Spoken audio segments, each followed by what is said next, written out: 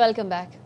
Supreme court ने बानी PTI के अस्पताल मुंतकली से मुताल्लिक तौहीन अदालत दरख्वास्त रजिस्ट्रार ऑफिस ने तौहीन अदालत दरख्वास्त पर इब्तदाई एतराज़ आयद कर दिया।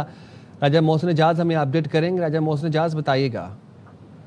जी बिल्कुल, ये बानी पीटीआई की अस्पताल मुंतकली से मुतालिक मामला है और रजिस्ट्रार ऑफिस की जानिब से पीटीआई की तौहीन अदालत की दरख्वास्त पर एतराज़ आयद किया गया है। बैरिस्टर गौहर चेयरमैन पीटीआई की जानिब से ये बताया गया कि रजिस्ट्रार सुप्रीम कोर्ट से फैसिलिटेशन सेंटर में मुलाकात हुई, जिसमें ये बताया गया कि उनकी दरख्वास्त पर एतराज़ है और एतराज़ जो है वो उसमें ये बताया गया है कि तौहीन अदालत के मुर्तकिब अफराद की जो इल्ज़ामात की लिस्ट है वो नहीं भेजी गई। बैरिस्टर गौहर की जानिब से ये ऐलान भी किया गया है कि हमने जल्द समाअत के लिए भी रुजू कर लिया है और तौहीन अदालत की दरख्वास्त जो वापस की गई है उसे एतराज़ात दूर करके आज ही दोबारा दायर किया जाएगा। ठीक है, बहुत शुक्रिया। चेयरमैन पीटीआई बैरिस्टर गौहर कहते हैं बानी पीटीआई की अस्पताल मुंतकली और फैमिली से मुलाकातों से मुताल्लिक सुप्रीम कोर्ट के हुक्म पर अमल दरामद किया जाए। तौहीन अदालत की दरख्वास्त पर एतराज़ आज दूर कर देंगे।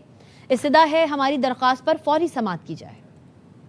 हमने सुप्रीम कोर्ट में जो कंटेम्प्ट की पिटीशन लगाई है, हम ये चाह रहे हैं कि सुप्रीम कोर्ट के 18 अगस्त का ऑर्डर जो इम्प्लीमेंट होना था, जो नहीं हुआ, जो वायलेट हुआ, उसकी इम्प्लीमेंटेशन के लिए हमने दरख्वास्त लगाई है। हमने रिक्वेस्ट की कि इसकी अर्ली हियरिंग हो और इसकी बेंच की फॉर्मेशन हो। आज हमें ये बताया गया, रजिस्ट्रार साहब को मैंने फोन किया था, मेरी उनसे मुलाकात हुई, उन्होंने हमें ये कहा है कि ऑफिस ने उस पर एक ऑब्जेक्शन लगाया हमारे एप्लीकेशन पे कि नोटिस जा चुका है लेकिन स्टेटमेंट ऑफ एलिगेशन कंटेम्नर को नहीं जा चुका है, वो फाइल हमें वापस की जा रही है। जो भी है एनीवे वो हम आज फुलफिल कर देंगे, दोबारा फाइल करेंगे। खान साहब की सेहत बड़ा जरूरी है। सुप्रीम कोर्ट के ऑर्डर के मुताबिक फैमिली मेंबर की मुलाकात भी जरूरी है। लास्ट टाइम बहन की जब एक मुलाकात हुई थी उन्होंने भी कोई जिक्र नहीं किया।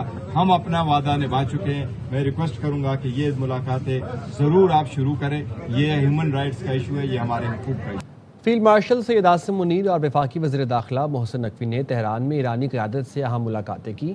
आबने हरमुज़ दोबारा खोलने और तनाज़े के फौरी खात्मे पर तबादला ख्याल किया गया।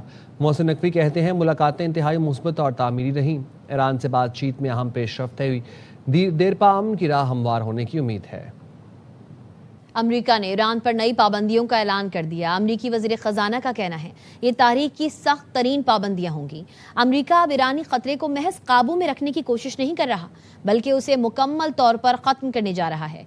चीन समेत कोई भी अमेरिकी पाबंदियों की पहुंच से बाहर नहीं। अमेरिकी वज़ीर जंग पीट हेग्ज़ेट कहते हैं ईरान के खिलाफ फ़ौजी ताकत का इस्तेमाल खारिज अज़ इम्कान नहीं है। ईरानी वज़ीर ख़ज़ाना अली मदनी ज़ादा का कहना है तेहरान में अमेरिकी पाबंदियों का सामना करने के लिए तैयार है। सरकारी टीवी को इंटरव्यू में उन्होंने कहा ईरान अमेरिका इक़दामात के असरात से निमटने के लिए ज़रूरी तैयारी कर चुका है। वो अमेरिकी दबाव के सामने झुकने के बजाय अपनी मईशत और बैनुल अक़वामी ताल्लुकात को इस्तेमाल करते हुए पाबंदियों का मुकाबला करेगा। ईरान ने आबनाए हरमुज़ से गुजरने के लिए अपने मुकर्ररा क़वाइद ज़वाबित की खिलाफ वर्जी पर 45 ऑयल टैंकर्स को ब्लैक लिस्ट कर दिया। ईरानी हुकाम का कहना है मुस्तकबिल में भी क़वाइद की खिलाफ वर्जी करने वाले जहाज़ों के खिलाफ ऐसी ही कार्रवाई की जाएगी। दीगर सामान की मुंतकली में मुलव्वस जहाज़ भी कार्रवाई से महफूज नहीं रहेंगे।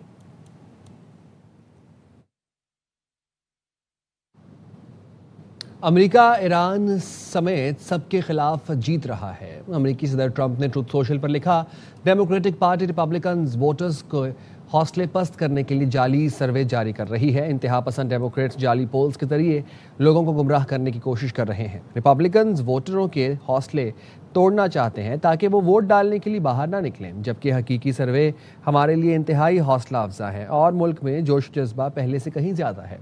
ईरान इक़्तिसादी और अस्करी एतबार से ज़वाल के भंवर में फंसा हुआ है।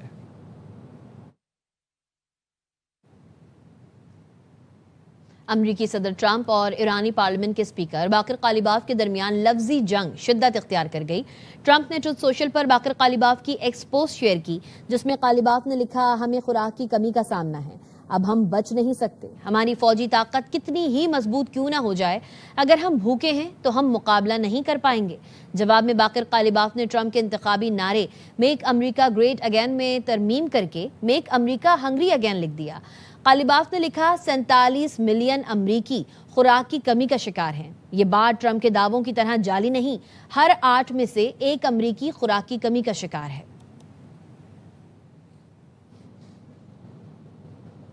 نائب وزیر اعظم اسحاق ڈار کی ترک وزیر خارجہ حاکان فیدان سے ٹیلی فونک گفتگو۔ اسحاق ڈار اور ترک وزیر خارجہ نے دو طرفہ تعلقات اور علاقائی صورتحال پر تبادلہ خیال کیا۔ ترجمان دفتر خارجہ نے کہا دونوں وزرائے خارجہ نے باہمی دلچسپی کے امور اور ریجنل 4 کے آئندہ کے وزرائے خارجہ کے اجلاس پر بھی تبادلہ خیال کیا۔ اس دوران آئندہ ہونے والی کثیر الجہتی ملاقاتوں اور رابطوں پر بھی گفتگو کی گئی۔ پاکستان اور ترکی کے وزرائے خارجہ نے قریبی رابطہ برقرار رکھنے پر اتفاق کیا۔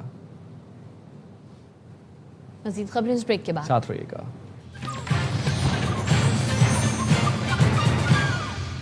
Welcome back. آزاد کشمیر قانون ساز اسمبلی میں اسپیکر اور ڈپٹی اسپیکر کا انتخاب آج ہوگا۔ مسلم لیگ نون کی جانب سے چودھری طارق فاروق نے اسپیکر اور احمد رضا قادری نے ڈپٹی اسپیکر کے لیے کاغذات جمع کرا دیے۔ پیپلز پارٹی کی طرف سے چودھری قاسم مجید نے اسپیکر اور عامر غفار لون نے ڈپٹی اسپیکر کے لیے کاغذات جمع کرائے۔ کاغذات سیکرٹری اسمبلی کے پاس جمع کرائے گئے ہیں۔ مزید تفصیلات جانیں گے سردار رضا سے۔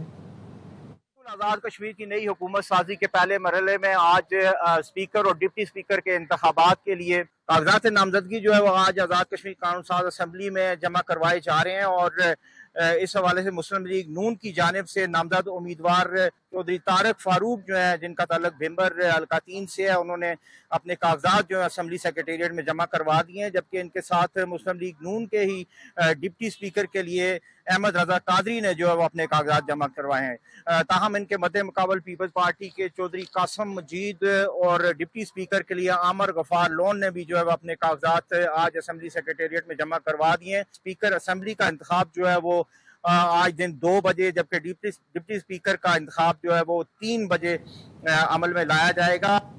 دوسری جماعتوں کے ساتھ اتحاد یا کسی معاملے پر ان کے ساتھ بیٹھنا بانی پی ٹی آئی کی سیاست سے باہر کی چیز ہے۔ ان کے فلسفے کی موجودگی میں اپوزیشن کا اتحاد نہیں بن سکتا۔ سینیٹر رانا ثناء اللہ کہتے ہیں سیکیورٹی وجوہات کے باعث بانی کو سرکاری اسپتال منتقل کیا گیا۔ مشکوک سرگرمیوں کا ثبوت اور انٹیلیجنس رپورٹس عدالت میں پیش کریں گے۔ وفاقی وزیر حنیف عباسی کہتے ہیں بانی نے مولانا کی ذات پر کیچڑ اچھالا، ان کے بارے میں خود الفاظ جو ادا کیے ان پر آج بھی میرے رونگٹے کھڑے ہو جاتے ہیں۔ جو سیاسی مخالفت کرتے ہیں ان کو معاف کر دیتا ہوں، جو ذاتی مخالفت کرتے ہیں انہیں معاف نہیں کرتا۔ سیاست میں کچھ اصول ہونے چاہیے جن کو فالو کرنا چاہیے۔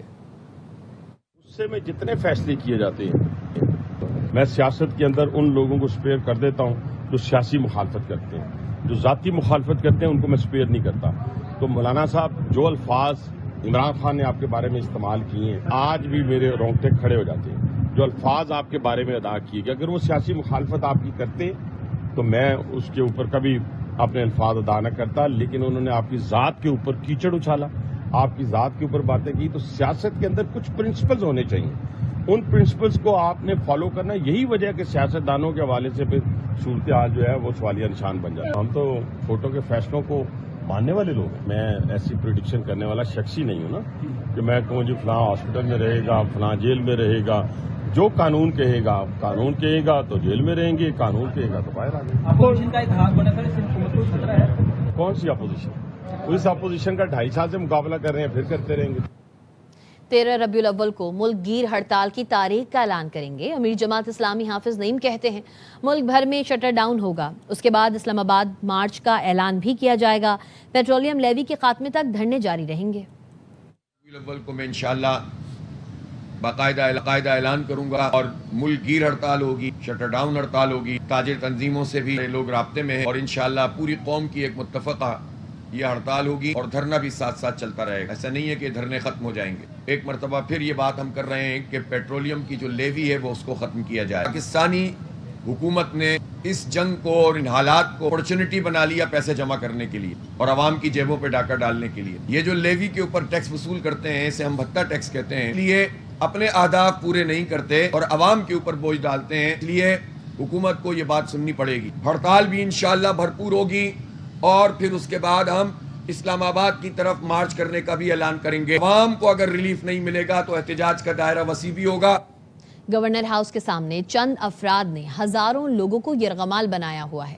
ترجمان سندھ حکومت سعدیہ جاوید کہتی ہیں معاملہ وفاق کا ہے، جماعت اسلامی کو اسلام آباد میں احتجاج کرنا چاہیے۔